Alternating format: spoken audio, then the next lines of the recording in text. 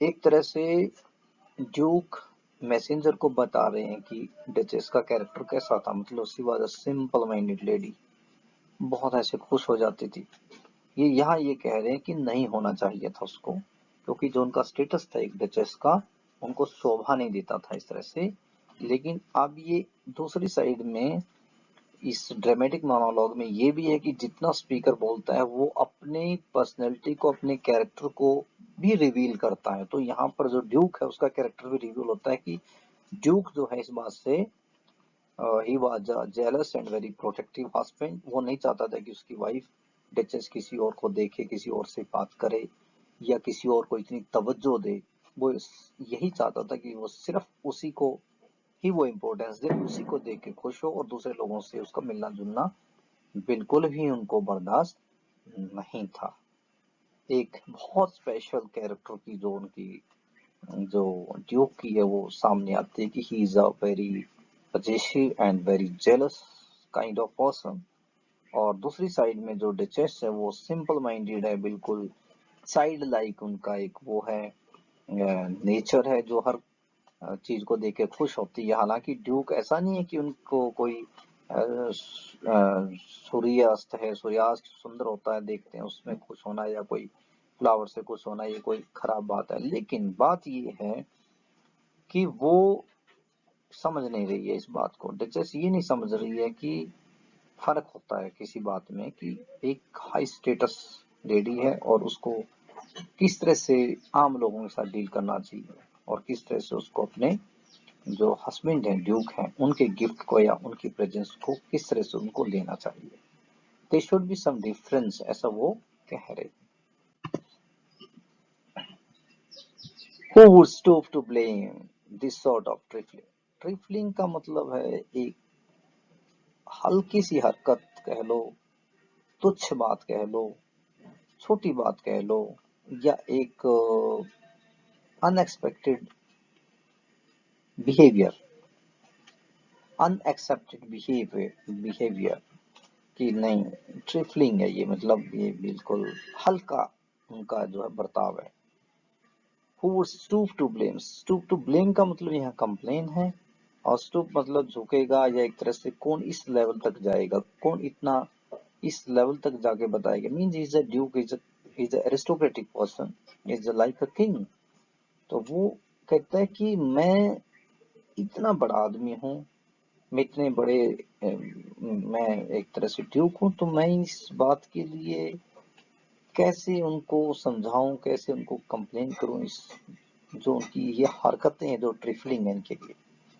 Even had you skill in speech, बेशक आपके पास skill हो, एक तरह से ये कहता है कि चाहे कोई कितना भी बोलने में माहिर हो, विच आई हैव नॉट। वो कहते हैं कि जो कि मैं जो इतना माहिर नहीं हूँ बोलने में, वो कहते हैं कि मेरे पास तो बोलने की इतनी अच्छी स्किल नहीं है, इतनी अच्छी ऑरेटरी नहीं है, मैं इतना स्किलफुल नहीं हूँ कॉन्वर्सेशन में। लेकिन ये एक आयरॉनिकल बात है, ये बिल्कुल उल्टा है। ये ड्यूक बहुत ही ज्यादा बोलने में एक तरह से माहिर है, शातिर है, लेकिन ये एक्सेप्ट नहीं कर रहा इस बात को। ये दूसरे he is telling that I am not of that kind person, I don't have that skill of oratory. कहते हैं कि मेरी स्पीच ऐसी नहीं है। हालांकि ये कहते हैं कि किसी की अगर बहुत अच्छी स्किल भी हो, to make your will quite clear to such an one.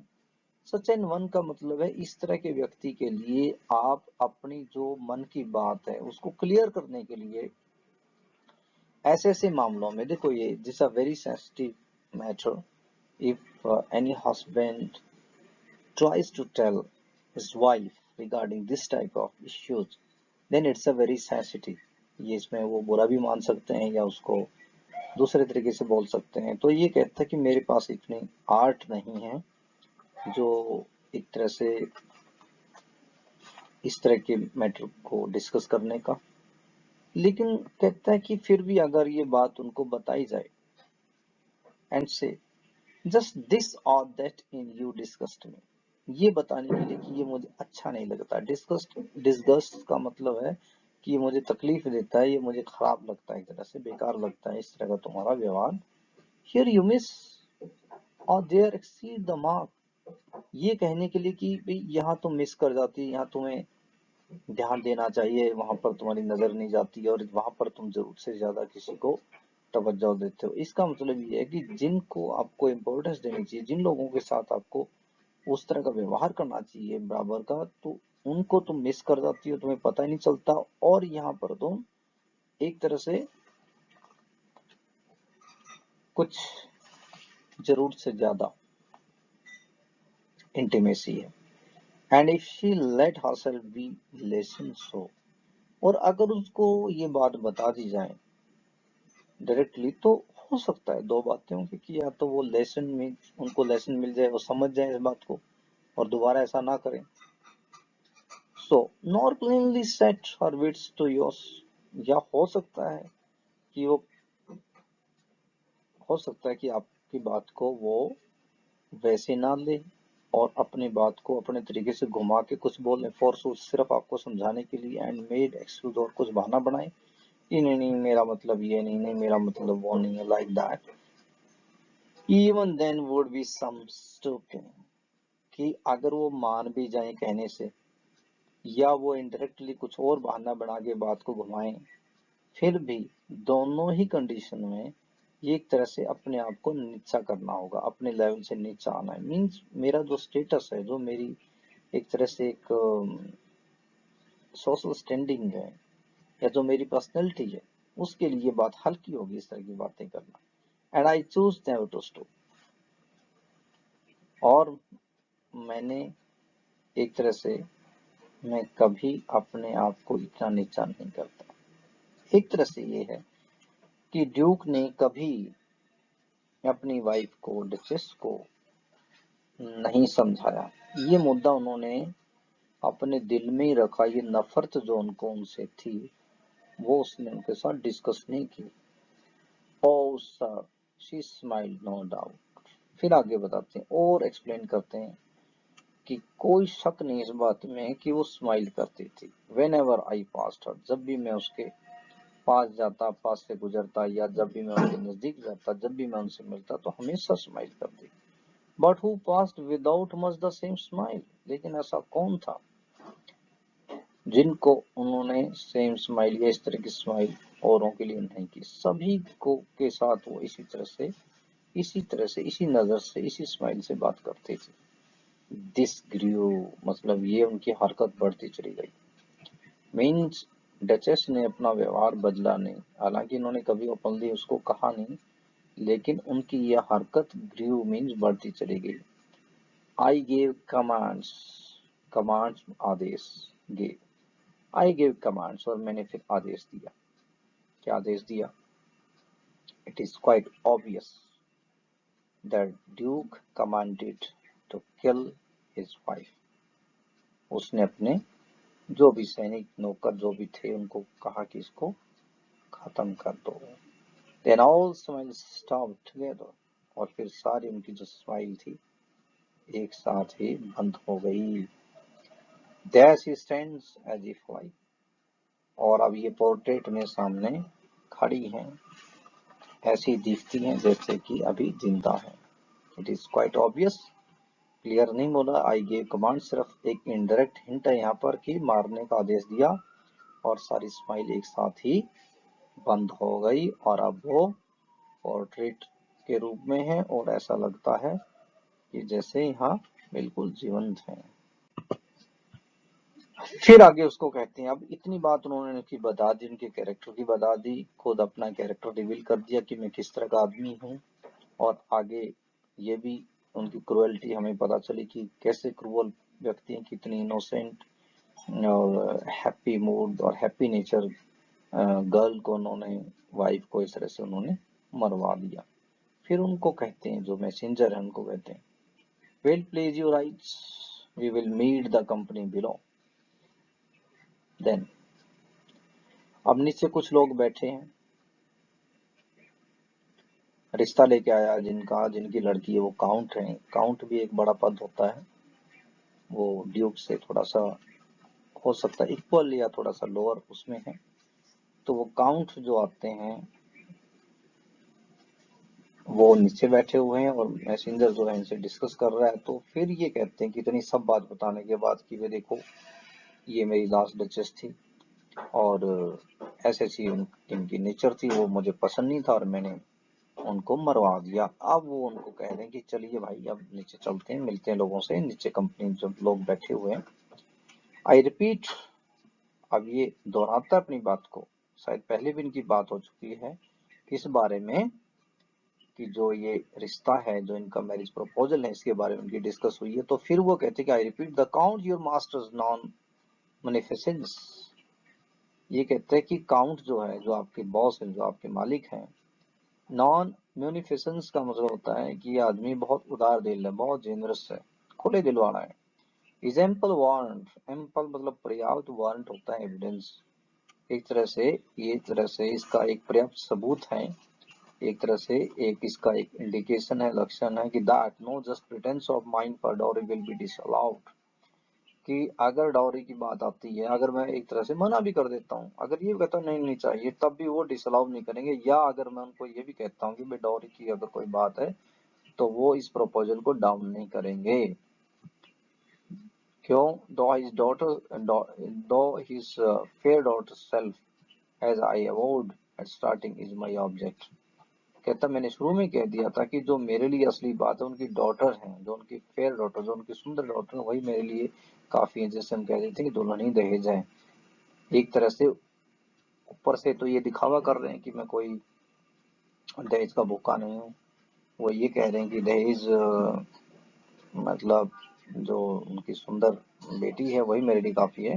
लेकिन फिर भी कहता है कि फिर भी डॉरी तो चाहिए। और देखो, डॉरी कोई इंडिया वाला मामला नहीं है, हर जगह, इवन तो ब्रिटेन में भी उस टाइम, या आप इटली में और दूसरे देशों में कहो, कि एक तरह से डॉरी वाज अ मस्ट।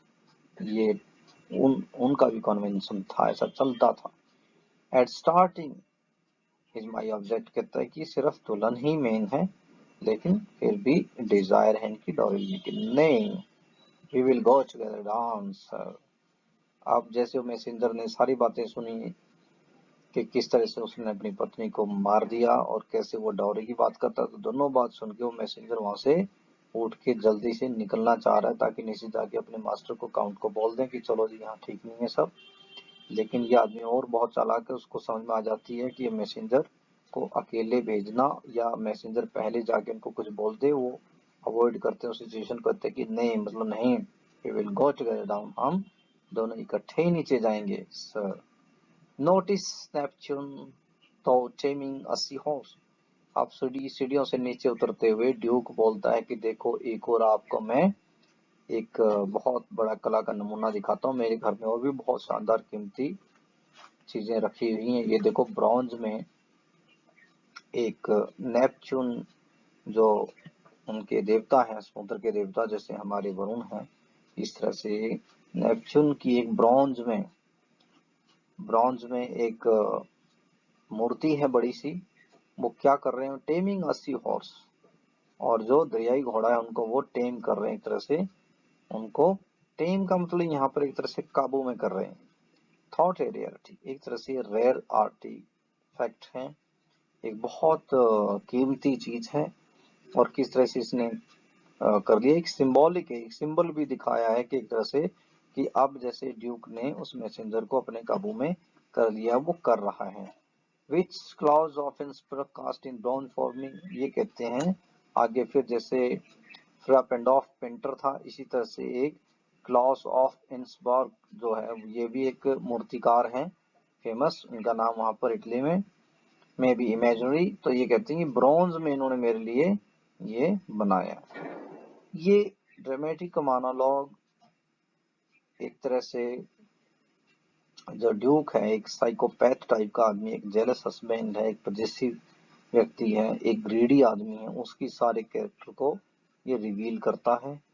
और पूरे पोएम में हमने देखा है कि कहीं पर भी जो लिसनर है उसका कोई रिस्पॉन्स नहीं है, बस उसके थोड़ा बहुत हमें महसूस होता है कि somebody is listening, और किस तरह से ड्यूक उनको बार बार उनको बोलते हैं, उनका अटेंशन अट्रैक्ट करते हैं, या उनको कुछ समझाते हैं, या उनको बैठने के लिए शुरू में बोलते हैं, फिर उनको नीचे चलने के लिए बोलते हैं। ये सब यहाँ हमें पता चलता है कि कोई आदमी, कोई लिसनर है यहाँ पर, और इससे पूरा कैरेक्टर रिवील हुआ इसका, मेनली ड्यूक का, और थोड़ा उन्होंने अपनी वाइफ जो डचेस थी, लास्ट डचेस, उसके बारे में बताया।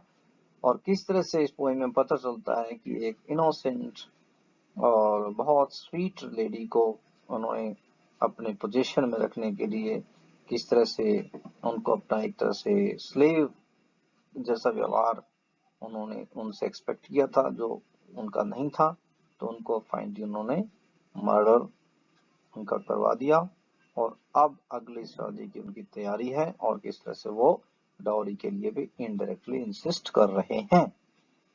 तो ये सब अब हमने इसमें पढ़ा, और थैंक्स।